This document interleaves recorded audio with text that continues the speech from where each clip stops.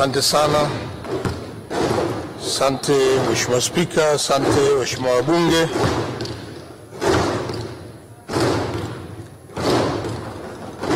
Nawashukuru.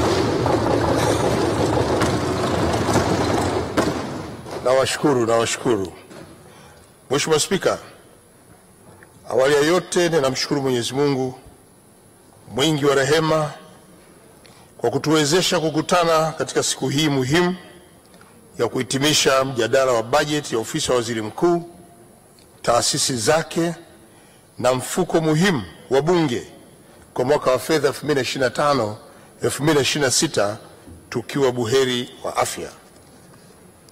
Mheshimiwa Spika, siku ya tarehe 9 mwezi huu nilipokuwa nawasilisha hoja hii, nilikupongeza sana ukiwa haupo.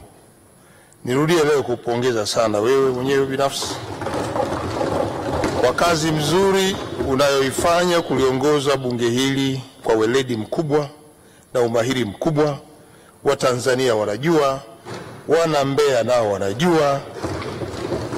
Mimi nikuombee kila laheri ili uendelee kutekeleza majukumu yako kwa tabia hiyo hiyo na weledi huo huo na umahiri ulionao.